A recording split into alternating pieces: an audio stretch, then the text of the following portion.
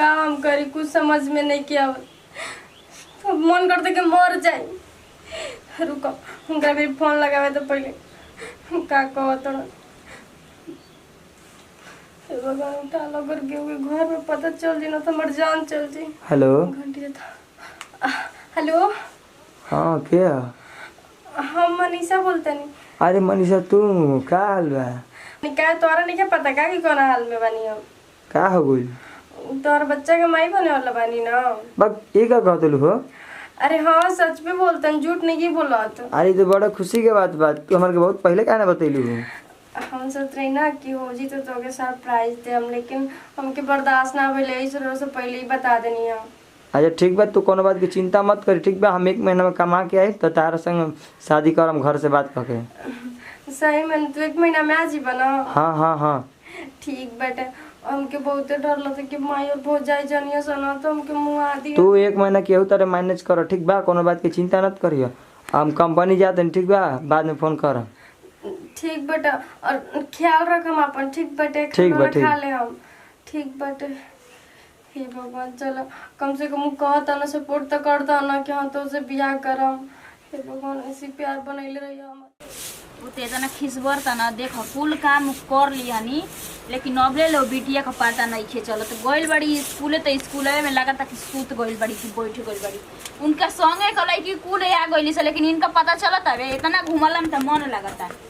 आ कहब न त बुढ़िया कहिया कि हमारे लड़किया के देख के जरत है कर एक दिन ना रोवलू न त कहिया कि का कहत रहलिए तो न कोई ना लोग के बुझात नहीं खे आ कि हाँ अब सियान भइली त तनी लइका फइका देख के शादी बियाह कर दें त ना कहियो देखा न लेके कौनो के भाग जली तो तोहरी इज्जतिया बन जाला औरी आ सहकावा कपारे पर हमारा का करे पता ई ना कि घर के काम धंधा भौ जाई कि संगे करी सीखी तो ससुरा में जइहा त इनके राज्य पर बैठैले रहिया सब कुछ करे धरे ना दिहा स आ एगो तो बिटिया पहले चावल खातड़ियो से कि कहे पेटा दिन पर दिन निकलल जाता हो दादा, पहले तो इतना ना निकलत रहल हवे आ कर जल्दी कोनो के लेके उड़हड़ जाइबू तू देखा ना ससुरा में बात थोड़ी होई रहे भर के सुबह ही जाइबू आ साँझ चलिए बुला बट के सिखावा आजकल से हम छोड़ तनी करे कोई तो करिहा जा नहीं तो सुतिहा जा चाहे बैठी जा दाजन मुँह तड़ी हम काहे ने कहा हमर चपला कनिया चपला हमर हो चपला बा कहनी ना या कि देखा माई के तनी तबीयत खराब बाटे हम जा तनी गाँव में जल्लू दर न चपला बा हो। अब हमार मने ठीक नहीं कि 10 दिन में हम कि 15 दिन में हम कि महीना दिन में आई तब बुच्चे जी के लिए ले जाई ना ओकर पढ़ाई नुकसान हो जाई। अब ओकरा के कलिया के जाए के बाटे तब। अरे माई तू जाते रे का नानी के जतनी बुचिया निमन से रही ढंग से ठीक बा चली का ना पैसा न दिया ताटे हाथ ना मांगा में तू लागत ताटे फीस कोनी के त मने एके बैग जाए लगनी है एकरा के तनी भात कम खिया भाई ई काहे तोर पेटवा नहीं करत रे। अरे वो भात खइले से तनी ज्यादा स्कूलिया में खा लेते ना त मत खाइल कर ठीक बा बढ़िया से देखे एकरा के घर दुआर आ भाभी संग मिल जुल के रहिए ठीक बा। 1 महीना लागी हमरा आवे में। ठीक बाटे जाता नहीं हो कनिया देखिए जे घर दुआर मने ई कौन बेरा है जी स्कूल से अइला के? अरे वो जानता नहीं स्कूल लड़की संग के आ गइली से आपका स्पेशल पढ़ाई होत रहला का में मतलब ढंग सहूर हइए नहीं खे सच कहत जब देखत तब मुंहवे अंठत रहली लागेला कि एकदम सत बनल रहली हमार। अब एई पे कहम न त कहिया कि ढेर बोलतिए करौ त तोहरी अगमे जैसन करबो ओइसन मत कर धर ससुरा में जइहे त पलंग तुरिया खाली। भौजी भौजी अरे बेटा भौजी का हो गइल हो? भौजी बहुत पेट में दर्द होता है भौजी बर्दाश्त नहीं किया भौजी। तू त हमके पत्ते रहल हवे कि आके न त काल मुंह करिया करवा के अइबू तू। अरे एकदम से न हट भौजी देखो ना पेट में बहुत दर्द है भौजी भौजी बहुत दर्द है भौजी अब बर्दाश्त नहीं किया।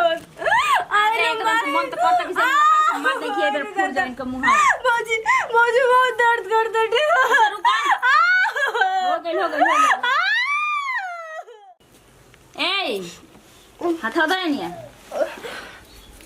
अब तो बढ़िया बा ना कि कुंवारे पे बन गइलू माई हैं घर के कमाना ना सपरत रहल हम कहीं कि कुल लड़किया जे तड़ी से स्कूल से आई का कर तड़ी ओनिया भौजी देखो उ 1 महीना में आवेला बनू बाहर बन तक लेकिन देख मरद ऐसा जाता हम सन कि 17 को थरिया में मुंह जुठा के आज तब कह सके हम कुछ नहीं की कहले समझ लू तक विश्वास बा कि उ 1 महीना में अकेलिया जाइ हां उ हमरा से कहले बा कि हम तार घर से बात अरे करके बियाह करब अभी दुनिया देखलू कहां तू जवन अकेलिया जाइ हम तोहर मन है जान जी ल वहीं तो उनके खूब बढ़िया से जवाब दी माई के मत बताइए हम तारा गोड़ बिगड़ दिन कुछ और कह के अरे हमारा के काहे मुंह उठ के ना चलबू के चलो आज खराब रही त कामे आईनी कि नहीं बेशरम कह कि मत करतो ना कि धक्का दे के फुट जा हवे इनकर पानी में आग लगाओ चल तड़ू भौजी बस 1 महीना तू कुछ मैनेज कर ओकरा बाद होय हमरा के खुद लेके चल जियन भौजी अच्छा ठीक है इतना चिरौरी करते रो तो ना 1 महीना मान जतनी लेकिन 1 महीना के बाद ओकरा आगे हम ना जिम्मेवारी उठाए ठीक बाटे ना आई हां पूछिए तो तू जन है तो हर काम जानी चलो घर में चलो